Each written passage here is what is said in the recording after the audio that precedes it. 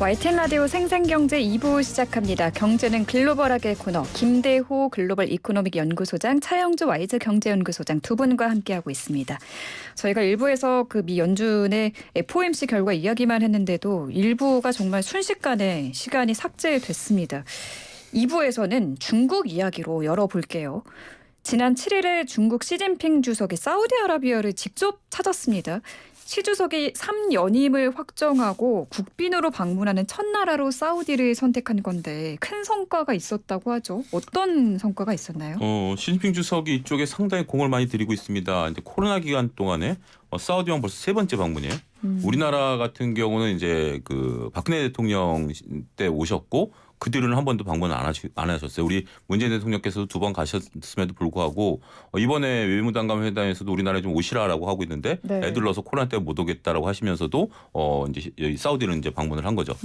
3일 동안에 그 이쪽 중동에 17개국의 정상군들을 만나셨습니다. 어마어마한 이제 와. 그 광폭 행보를 좀 보낸 거죠. 네. 전반적으로 봤을 때 일단 사우디랑만 봤을 때도 무역 규모를 38조 쪽으로 늘리겠다.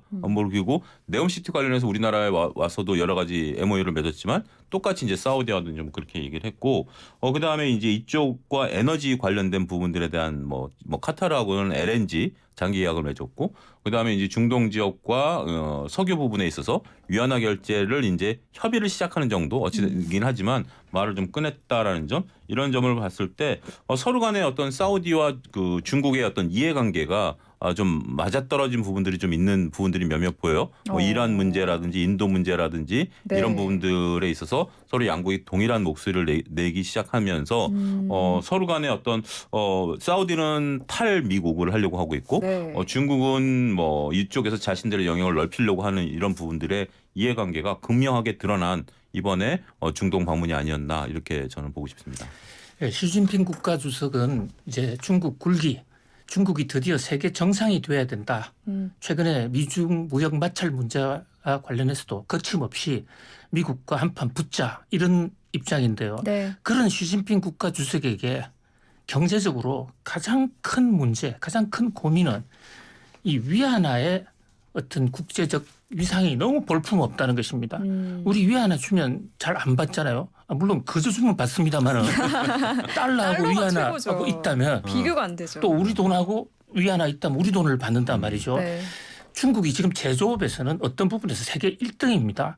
그런데도 국제 통화 면에서는 기축 통화 면에서는 그 부근에도 못 가고 있거든요. 네. 세계의 경제 패권을 잡기 위해서는 위안화가 기축 통화가 되지 않고서는 아무것도 할 수 없어요. 자, 그러면 달러가 왜 기축 통화가 됐느냐? 과거에 브레튼 우드 체제하에서 IMF 체제하에서 이 케인즈란 경제학자하고 2차 대전 이후에 미국이 금을 준비해 주는 것을 전제로 해서 여러 가지 뭐 달러를 기축통화를 한 국제적 합의가 있었습니다만 그게 깨졌거든요. 네. 1971년에 닉슨 닥터리로 깨졌습니다. 그럼에도 불구하고 지금 세계가 달러를 쓰는 거 이것은 바로 사우디 때문입니다. 1972년에 키신저 박사가 사우디 왕하고 특별 회담을 갖고 거기서 큰 어떤 빅딜을 합니다. 네. 뭐냐면 모든 국제 원유는 반드시 달러로 결제해라. 미국과 사우디가 결제하는 것뿐만 아니라 전 세계 결제는. 그런데 원유 없이는 살지는 못하지 않습니까? 네. 그 대신에 미국은 사우디가 그것을 해주면 사우디 안보는 미국이 책임져 주겠다. 이것이 페트로 달러 협정입니다. 지금도 유지가 되고 있습니다. 그러니까 달러가 있으면 원유를 살 수 있고 원유를 사기 위해서는 달러가 있어야 된다. 이게 중국 입장에서 너무 불편한 거예요. 그래서 이번에 페트로 위안을 하자. 우리 위안화로도 살 수 있게 하자. 그 대목에 세계가 제일 관심을 많이 가졌습니다. 그런데 이 대목은 만약에 사우디가 페트로 달러를 포기하고 페트로 위안으로 가면 그것은 미국의 레드라인을 침범하는 거거든요. 그래서 내부적으로는 상당히 얘기했는데 발표는 안 나왔습니다. 그렇군요. 그러나 이것이 굉장히 진척이 많이 됐다. 그래서 달러의 기축통화 위상이 상당히 흔들리는 그런 중대 행보를 했다. 이게 가장 저는 그게 비중을 두고 싶고요. 그다음에 네옴시티. 여기 네옴시티는 우리나라하고도 많이 걸려 있는데 여기에 1대1로하고 연결을 해서 자기들이 돈을 왕창 들 테니까 우리하고 같이 하자. 자, 이래 되면 우리나라의 네옴시티 진출은 상당한 지금 견제와 충격에 빠질 수가 있습니다.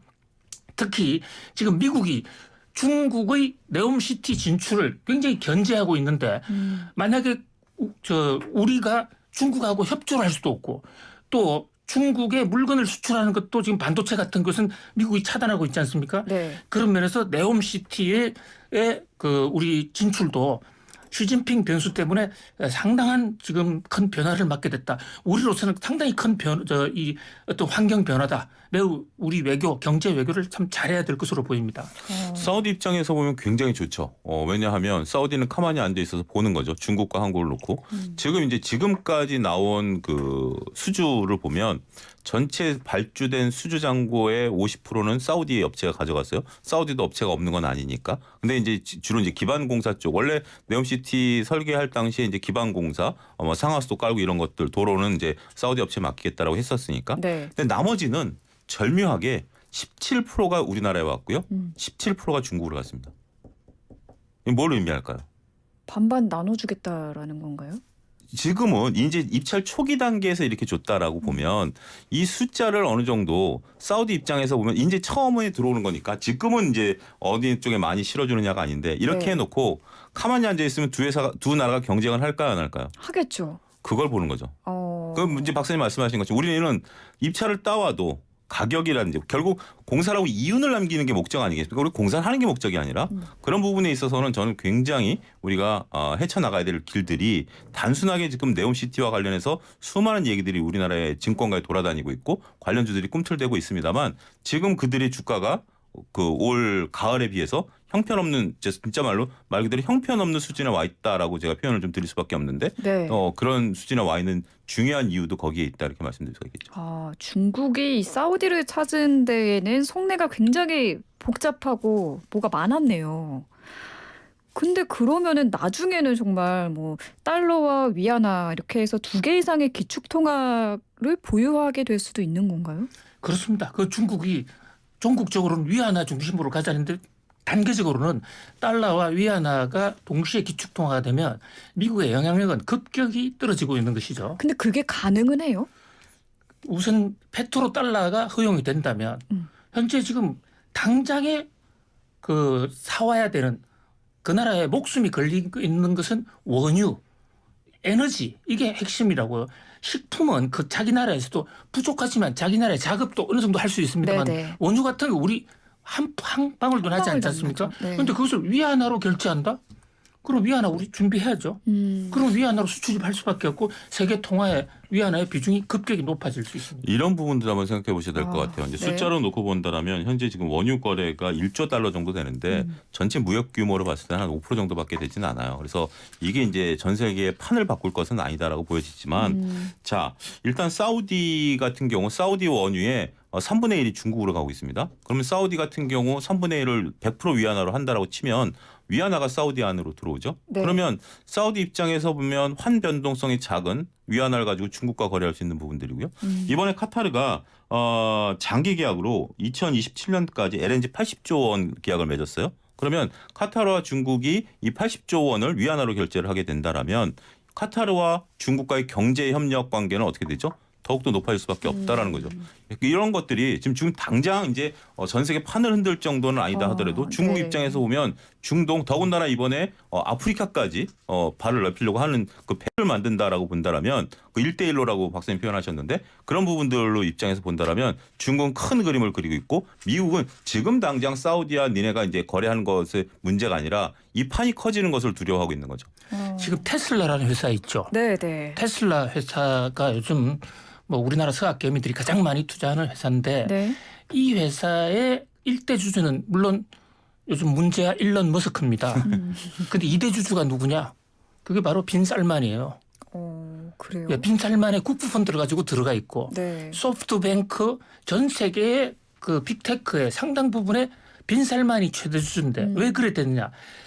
석유를 달러로 파니까 들어온 달러를 가지고 국부펀드를 만들어서 그 돈을 가지고 미국의 자본 주주로서 투자하고 있는 것입니다. 그것을 위안화로 받는다고 생각해 보세요. 와. 그럼 이건 위안화 중국 상하이로 투자할 수도 있는 것이죠. 네. 이건 이 달러 패권과 위안화 패권의 이제 본격적인 전쟁이 시작됐다 이렇게 볼 수 있습니다.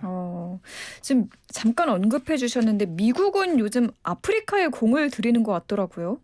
근데 그 전에 이미 중국 같은 경우 아프리카 제가 알기로는 굉장히 많은 분들이 중국 휴대폰을 쓰고 계세요. 중국이 아프리카 쪽에 이번에 이제 아프리카 쪽에 이제 가서 하겠다는 이것도 어떻게 보면 하나의 넓은 이제 중국과의 어떤 하는 거죠.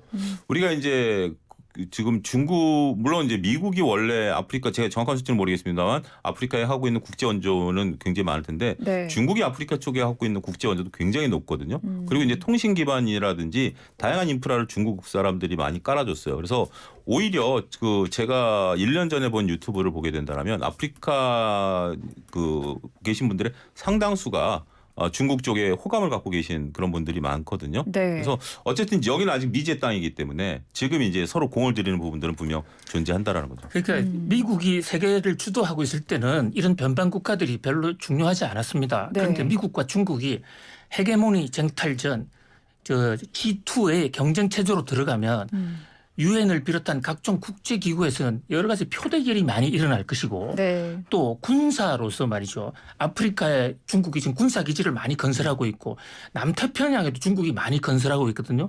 이게 여차한 경우에 전쟁이 터졌을 때 그 군사기지를 중국이 많이 갖고 있다. 이제 뒤늦게 미국이 좀 정신을 차렸어요. 그래서 지금 워싱턴에서 앵커님 말씀하신 대로 아프리카 미국 정상회담이 열리고 있습니다. 네. 아프리카 그러니까 표가 약 한 45표 정도 돼요. 나라가 45개 정도단 말이죠. 네. 이제 그런 면에서 서로 간의 어떤 블록 전쟁 바로 이 대목도 우리는 과연 뭐 하고 있느냐. 우리는 지금 과연 이런 국제 전략 변화에 대해서 우리 편을 만드는 노력을 하고 있는가. 네. 최근에 유엔에서 유엔 인권이사국에서 우리 졌지 않았습니까? WTO에서도 유명희 장관이 졌죠. 뭐 WTO에서도 지금 미국과 중국의 경쟁이 대단하거든요. 네. 그런 면에서 우리도 좀 세계 무대를 의식한 좀 글로벌 어떤 큰 그림이 필요하다 이렇게 봅니다. 또 자원이 많잖아요. 히토리라든지 이런 자원들이 지금 이제 미국 입장에서는 중국에 있는 히토리를 배제한다라면 지금 대안으로 떠오르는 게 두 군데죠. 동남아시아, 지금 인도네시아가 이제 리튬 쪽에서 급부상하고 있는 부분들이 있고요. 그다음에 이제 아프리카 미지에 묻혀 있는 수많은 히토리들 이 부분도 이제 들어가야 되는 부분들 보면 정말 앞으로 굉장히 이것도 부각될 것이다라고 봐야 되겠죠. 네. 지금 미중 패권 전쟁으로 인해서 주변 나라들을 줄 세우게 하는 듯한 그런 모습인 것 같은데 맞나요? 그렇습니다. 자, 지금 역사학자 투키디데스 역사학의 아버지라는 그 사람의 그 지적에 따르면요. 흔히 이걸 투키디데스 함정이라고 그러죠. 우리가 동물의 왕국 이런 거를 보면 사자가 2마리가 강한 사자가 있으면 거기는 전쟁이 끊이질 않아요. 네. 누군가 하나가 1등이 돼야 평정이 됩니다. 투키디데스는 바로 세계도 사람 사는 것도 마찬가지라는 거죠. 그 강자가 2명일 때는 항상 전쟁이 터졌는데 네. 지금이 그런 시대다. 뭐 그런 면에서 우선 이것이 총칼로는 싸울 수 없으니까 경제전쟁으로 확산이 되고 있는 것이고 네. 지금 차 박사 말씀하신 대로 특히 그 히토리를 배한 자원 이것은 지금 바로 눈에 떨어진 전쟁이죠. 호랑이로 비유를 해주셨는데 하늘 아래 2개의 태양이 있을 수 없으니 그렇습니다. 네, 미국과 중국이 그렇게 패권 전쟁을 하고 있는데 지금 반도체 시장을 두고도 엄청나잖아요. 중국 반도체 산업을 견제하는 미국의 움직임이 더 강화되고 있는 모습이죠. 그렇습니다. 이제 뭐 중국 반도체라는 것이 지금 이제 뭐 우리가 볼 때는 아직까지는 최첨단에 있어서는 우리나라와 TSMC가 이제 앞서고는 있습니다만 네. 범용적으로 쓰는 반도체에 있어서는 절대량은 이제 중국이다라는 거죠. 중국에도 수많은 뭐 기업들이 있는 상태고 이거를 이제 미국이 이제 구체적으로 이제 제재한다라는 부분들도 의견이 있고 여기에 이제 화답해서 TSMC 같은 경우 미국 역사상 가장 큰 400억 달러를 미국에다 공단을 짓겠다라고 이제 진출한 것들도 있죠. 우리나라 같은 경우도 지금 이제 삼성전자나 SK하이닉스의 입지가 굉장히 규칙가 주목되는 상태에서 대중국 수출에 있어서 큰 폭의 역성장을 하고 있는 모습들 좀 보게 된다라면 네. 중국 반도체 같은 경우도 결국 우리가 이제 그렇게 보는 것도 있죠. 이게 돈과 시간 갖고 되느냐라는 건데 그 격차는 점점점 좁혀지고 있다라고 본다라면 상당히 중국 반도체 문제도 앞으로도 계속해서 부각이 될 거라고 보여지는 거죠. 네. 지금 이번에 일본과 네덜란드가 중국의 줄을 선 것 같아요. 그 반도체 미국이 견제하는 것에 대해서 대중국 연합을 좀 확대하고 있는 듯한 그런 모습인데 이 내용도 좀 그러다가 짚어주시죠. 혼났습니다. 미국한테 혼났나요? 미국한테 혼났어요. 그러니까 최근에 ASML이라는 회사 노광 장비를 유일하게 만들어내고 있는 회사랑 마찬가지예요. 그 ASL의 노광 장비 없으면 아주 정밀한 네. 나노 3나노 이하의 반도체 만들 수가 없는데요. 이제 미국이 ASML에다가 그거 중국에 수출하지 마 이렇게 됐단 말이죠. 그게 ASML에서 아니 남의 나라로 수출하든 말든 왜 간섭이야? 네. 그래서 최근에 네덜란드 총리가 한국에 왔었어요. 네. 네덜란드 총리도 미국이 너무 하는 거 아니야?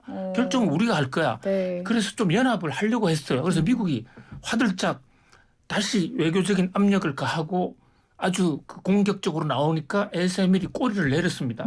이제 미국하고 같이 할게. 네. 그래서 상황이 완전히 미국 주도의 반도체 연합이 지금 동맹이 형성이 되는 것 같고요. 그것이 지금 본격적으로 이제 미국이 중국을 때리는 그 일환으로 양쯔 반도체라도 YMTC, YTMC 이런 회사들은 이게 안보에 그 반도체를 가지고 미국 기술을 이용해 가지고 그것을 군사 장비에 쓴다. 그래서 그것을 그 나라에 수출하지 못하게 하자. 이 법이 아마 다음 주쯤 발표가 될 겁니다. 네. 그래도 우리도 영향을 받게 돼요. 이제 본격적으로 반도체 규제가 시작됐다 이렇게 볼 수 있겠습니다. 알겠습니다. 하이닉스가 노광 장비를 지금 집어넣으려다가 못 집어넣는 것도 그렇고 이게 굉장히 중요한 장비인데 중국에 못 들어가면 우리나라 업체들도 굉장히 피해가 크다라고 말씀드립니다. 알겠습니다. 이렇게 그 반도체 패권을 두고 또 미중이 또 싸움을 힘겨루기를 하고 있는데 우리나라는 여기서 어떻게 해야 살아남을지 여기에 대한 이야기는 다음 주에 이어서 하도록 하겠습니다. 오늘 말씀 잘 들었습니다. 고맙습니다. 감사합니다. 네, 지금까지 김대호 글로벌 이코노믹 연구소장 차영조 YG 경제연구소장 두 분과 함께했습니다.